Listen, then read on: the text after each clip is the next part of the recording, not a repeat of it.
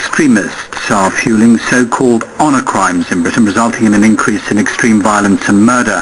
There have been a handful of cases in recent years in which family members from immigrant groups have resorted to extreme measures against women when they feel the family honour has been offended, usually by what they deem to be an inappropriate relationship. The Crown Prosecution Service says there are clear links to terrorist groups abroad and that more women will be murdered. Angus Stickler reports. This was a severe beating. This was punching, this was kicking, this was pulling my hair, this was keeping me down. My brother spoke to me. He said, "We know where you are and we're going to kill you. We're going to break your legs." All he was saying to me repeatedly was, "It is because you've become so British, it is because you've become so Western." Two girls, both in hiding, hunted down by their families and bounty hunters, living in fear. This is on a crime and it's on the rise. Detective Inspector Brent Hyatt was the senior investigating officer in the case of Heshu Yonez, a Kurdish girl killed by her Muslim father in 2002 for daring to date a boy without his consent. She was stabbed 17 times, the head, the neck, the back, the arms, the chest. Both her lungs were punctured, her throat was cut. The blows were delivered with such force that the knife penetrated right through both sides of her forearms. All at the hands of her own father, who showed absolutely no remorse whatsoever. He was jailed for life.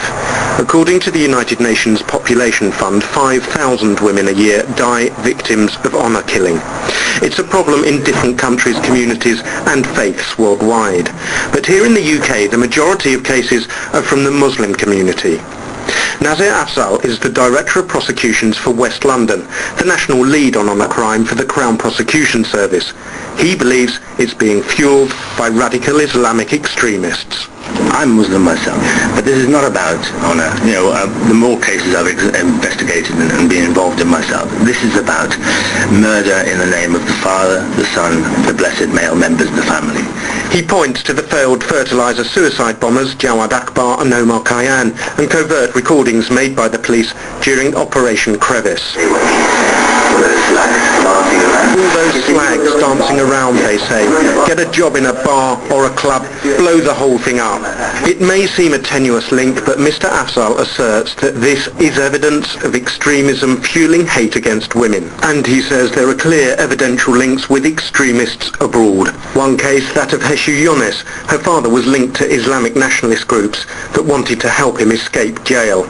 We had substantial evidence that the Kurdish nationalist groups were very keen to rescue him because they felt that what he'd done was the right thing in the circumstances. Was this an extremist nationalist group? Yes, it was. The Kurdish Islamic nationalist group based in northern Iraq and southeastern Turkey. And another case where terrorists were prepared to travel to the UK to carry out executions on British soil.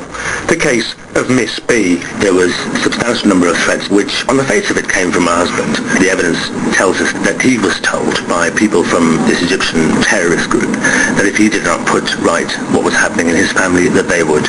Police became involved, were able to intervene, put her under witness protection. She remains and will remain under witness protection for the rest of her life. Dr. Rifat Drabu of the Muslim Council of Britain believes Mr. Afzal's analysis is dangerous. Well, I think he is totally wrong, and I think we have had meetings with him to work on forced marriages and honour-based killings, and it was quite clear at those meetings that it has nothing, absolutely nothing to do with the radicalisation or terrorism.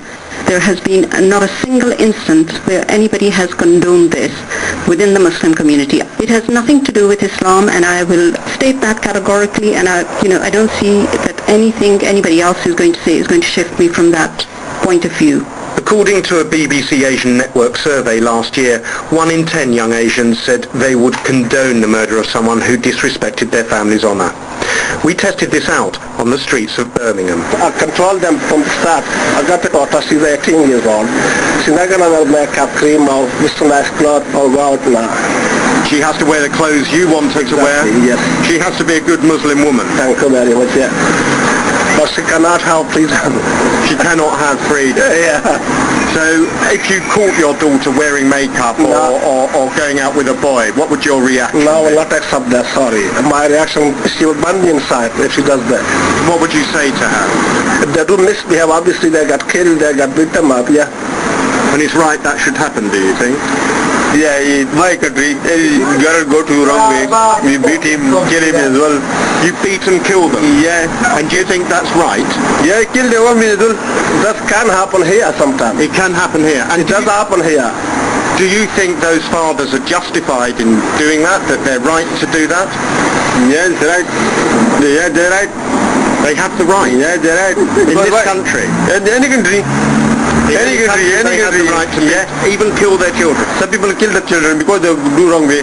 Heshu Yunus was murdered in 2002, and since then there's been a trickle of cases coming to court.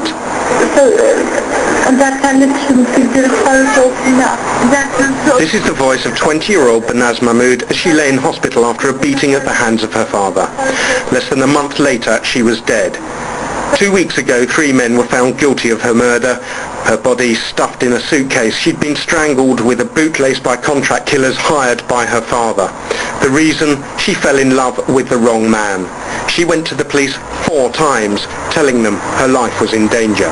We spoke to one senior member of staff within the Metropolitan Police. An actor speaks their words. They asked to remain anonymous for fear of losing their job. I think there's some questions to be asked here about what was going on in the period from 2002 and up to a death around this portfolio.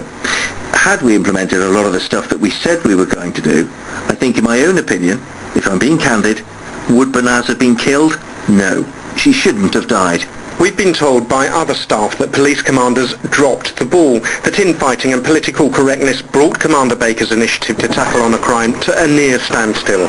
Commander Steve Allen is the current head of the Metropolitan Police Violent Crime Directorate.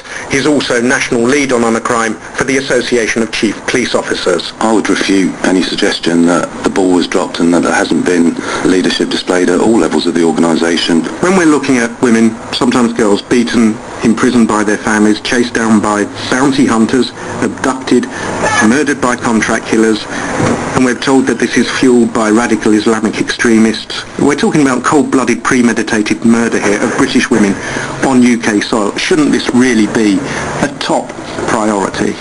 Well, it is a priority, and it's along other priorities that the police service has to tackle. Priorities such as gun crime, knife crime, of course the priority of terrorism. All these different priorities compete for resources, and it's the job of leadership in the service to manage those priorities. Had these women been white, would the police have acted differently? The answer to that has to be no. This is organised crime. Parents will go to great lengths to find their children using vast community networks, information from well-placed members of their community, doctors, police, civil servants, accessing a national intelligence network that some say puts the police to shame. This man was the friend of a girl who ran away from home. He was bundled into the back of a car by armed men. I was in the middle, like this. So you were sat in the middle between 2 men? Yeah, between 2 men in the car. One said, where is the girl?